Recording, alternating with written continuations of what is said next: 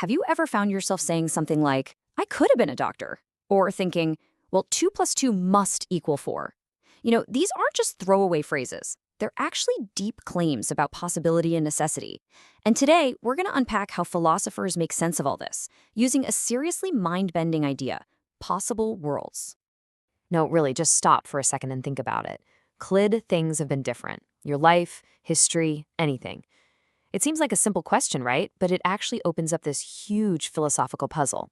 How in the world do we tell the difference between something that just happens to be true and something that's true out of sheer unshakable necessity? All right, so here's our game plan. We'll start with the basic puzzle of possibility. Then we'll look at a really powerful challenge to the whole idea. After that, we'll see how the concept of possible worlds comes to the rescue. From there, we'll dive into 2 totally different visions of what these worlds actually are. And finally, we'll figure out why any of this stuff even matters. Okay, let's dive right in. At the absolute heart of this puzzle is a concept that philosophers call modality. And really, it's just a framework for separating truths that are, set in stone from those that are a little more flexible. So we've basically got 2 kinds of truth we're dealing with. First up, a contingent truth. This is something that's true, but it totally didn't have to be. Paris is the capital of France, sure, but if history had gone a bit differently, it could have been Lyon or Tours. That fact is contingent. Then you've got necessary truth. This is the stuff that is true no matter what. There is just no possible scenario, no alternate reality where that mathematical statement on the right isn't true. It couldn't be otherwise. Okay, but here's where it gets even more interesting and a lot more personal. We're not just talking about sentences being true or false anymore. We're talking about the properties of actual things, like you and me. This is what's called modality de re. So think about it. Do you have your hair color accidentally? Yeah, probably. You could dye it tomorrow and you'd still be you. But are you essentially a human being? I mean, could you exist as, a poached egg and still be you? Almost certainly not. That's the difference. This whole idea of essential properties, it feels pretty intuitive, right? But back in the 20th century, the hugely influential philosopher W.V. Quine came along and basically said, nope, this is all deeply confused. And he came up with this brilliant logical trap to show that the entire concept was just incoherent. So to make his point, Quine gave us this really simple puzzle. He said, hey, just consider a person who is both a mathematician and a cyclist. Seems harmless, right? But with just that simple example, he set a trap that threatened to completely tear down this whole idea of essential properties. Okay, here's how the paradox works. Let's just assume for a second that being 2-legged, bipedal, is essential for a cyclist. It's kind of part of the definition, right? But for a mathematician, being bipedal is totally accidental. Their job doesn't require it at all. So what about a person who is both?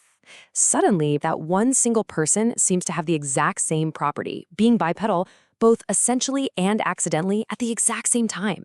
And for Quine, that was a flat-out logical contradiction. It made the whole idea seem like nonsense. So just when it looked like this idea of modality was in serious, serious trouble, a new and incredibly powerful idea came onto the scene. And it didn't just save the concept, it gave philosophers a whole new language for talking about what's possible. And that idea was possible worlds. So what in the world is a possible world? Well, you can think of it like a complete and total blueprint for how reality could have been. Seriously, there's a possible world where the dinosaurs never went extinct. There's one where you picked a completely different career path. And our world, the one we're living in right now, is what philosophers call the actual world. But the key is, it's just one among this vast, maybe infinite landscape of possibilities.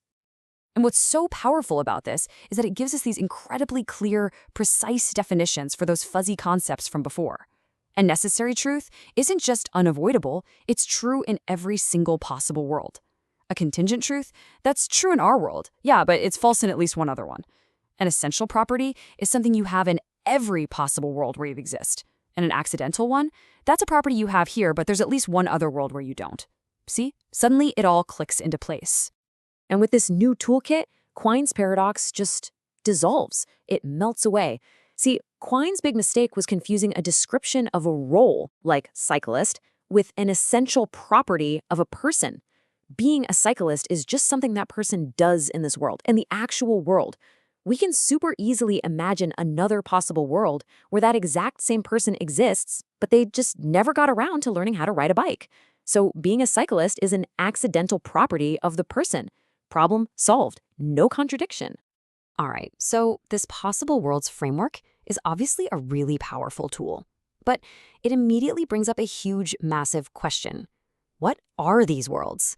Are they real places, like other planets? Or are they just ideas?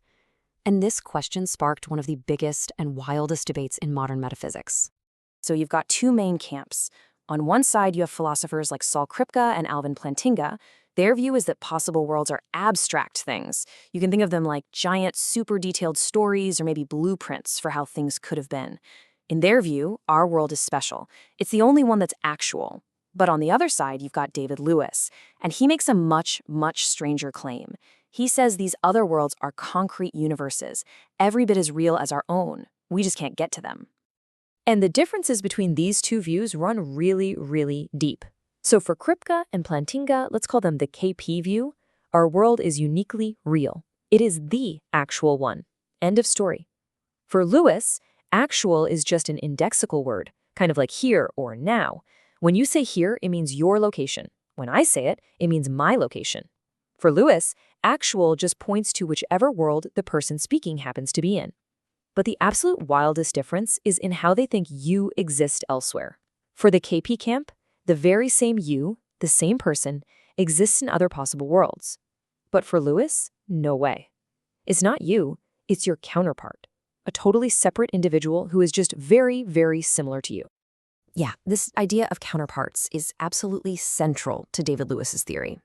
When he says something like Socrates could have been a carpenter, he does not mean that our Socrates is somehow moonlighting in another dimension. What he means is that in another equally real universe, there's a different person, a Socrates counterpart, who is a carpenter. It's a really strange idea, and it totally redefines what identity even means across different possibilities.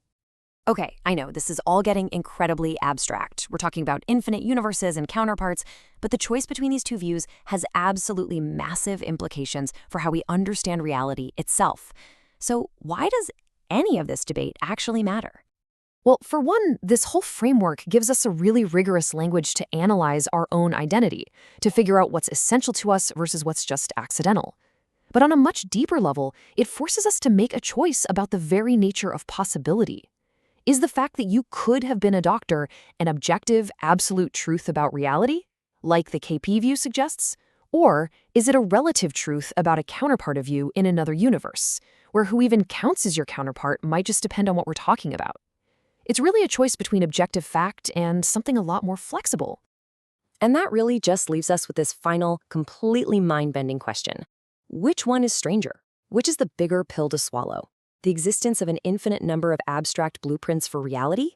Or the existence of an infinite number of actual, physical, concrete universes that we can never, ever visit?